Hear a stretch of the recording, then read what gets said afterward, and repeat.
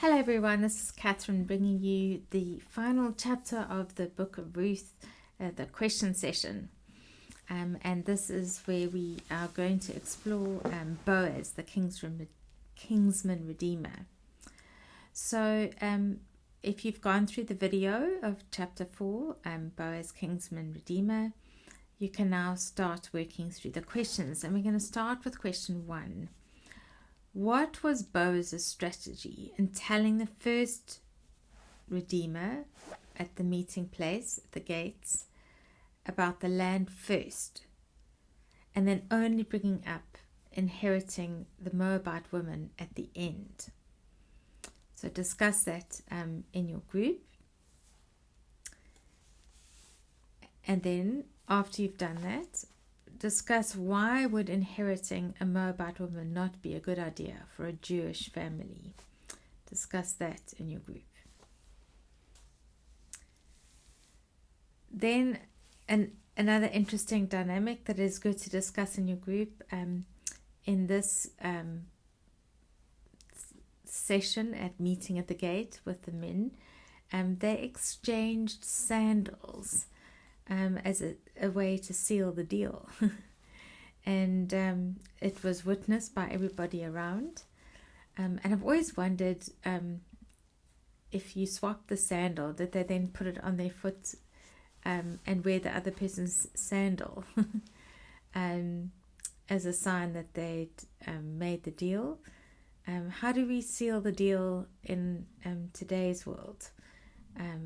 And how is it different? And can someone easily break the deal? And yeah, just discuss how changing a sandal, swapping sandals as sealing a deal is interesting, and how we do it today.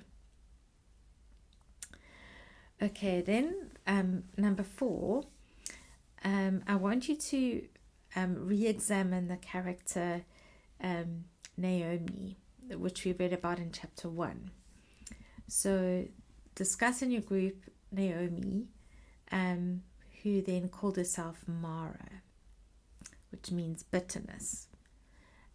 Also look at the context and the situation in chapter 1. So these are the kind of things I would like you to think about and discuss. When there was famine in the land, did God call them to run away to this land of Moab to get food? Or did Naomi's husband decide to do that out of fear that he wouldn't be able to feed himself or his family?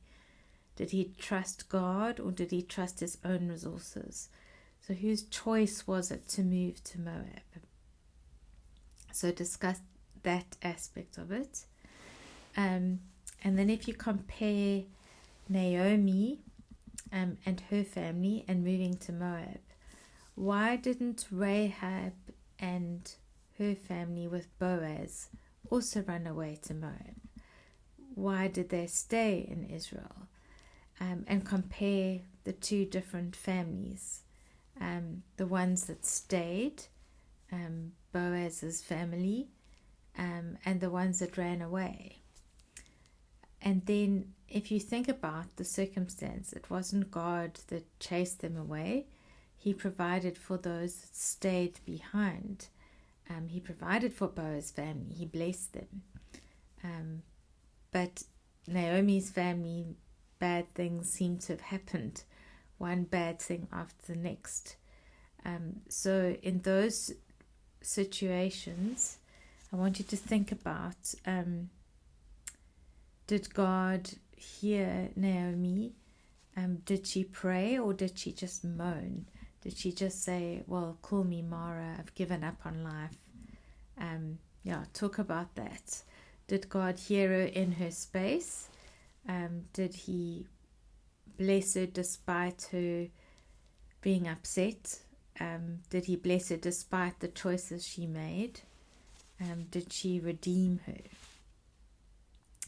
The next person I want you to compare to her is Ruth.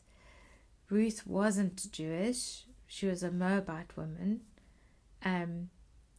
she left everything she knew to follow a God, to follow the one and only God, our God.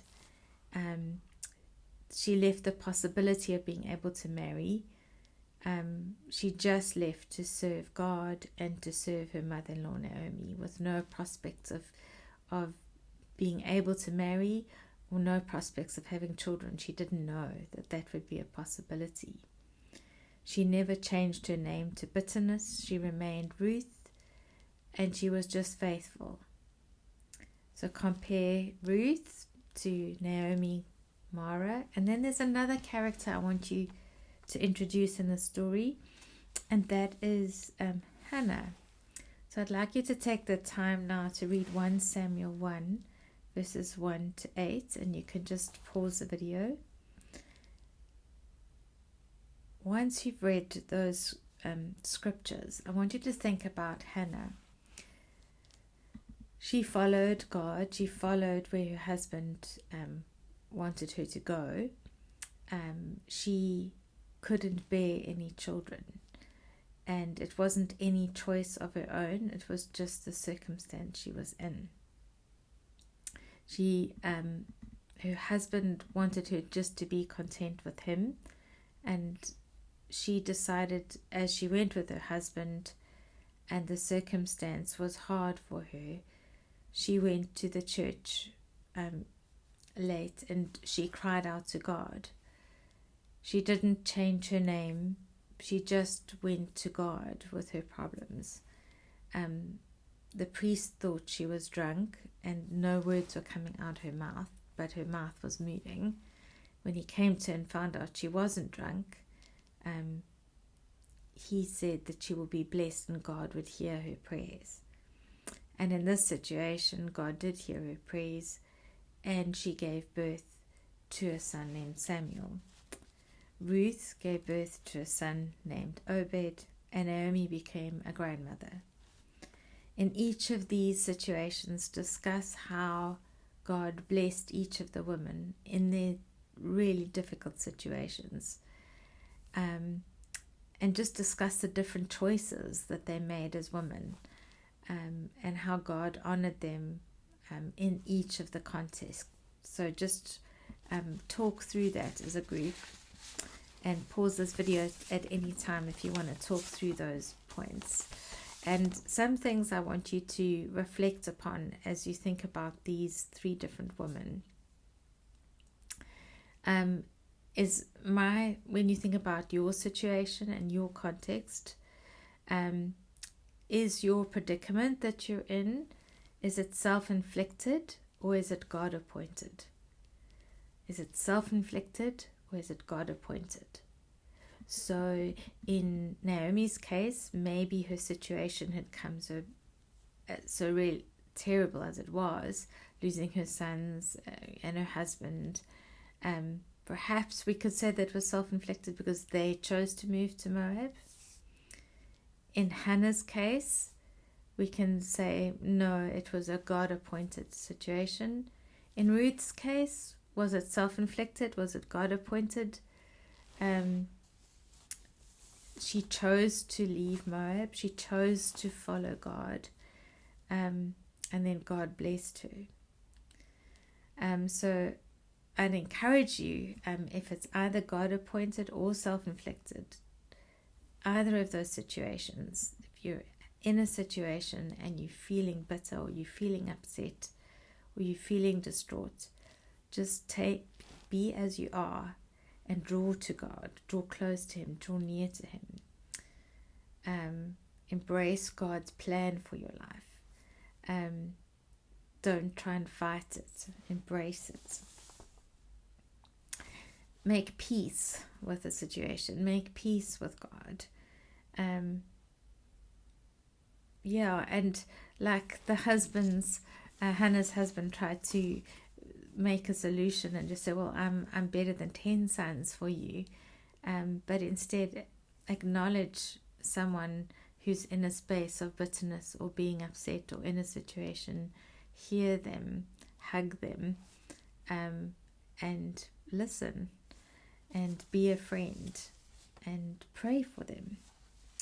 So I'd really like to encourage you as we end the book of Ruth. There are such valuable lessons and things we can learn from each of these characters in the Bible. So as you reflect on your own life, are you a Naomi or a Mara? Are you like Ruth? Are you like Hannah? Or maybe you're like Boaz, wise and clever with the way you negotiate a situation, like Boaz did in chapter 4, in terms of bringing to the Redeemer, the first Redeemer, the whole land situation, and then quickly bringing in at the end that Ruth is a Moabite, and in the end winning what you actually want. And the beautiful part of it at the end is Boaz and Ruth can be together, and he can redeem her. And I can just imagine the joy of Ruth as she waited and waited. Is it going to be Boaz, or must I get this other redeemer? And then she just has to wait patiently, as we need to sometimes wait patiently on the Lord, to hear our prayer or to answer our prayer. And in God's time, prayer is answered, and it's good for us to trust Him and to not lose hope. And He will weave a story as beautiful as Boaz and Ruth, as beautiful as Anna and her son Samuel, as beautiful as the story of Robert and myself. God is weaving a story, your story. So entrust Him, be real with Him, pray to Him, and love Him with all your heart and all your mind.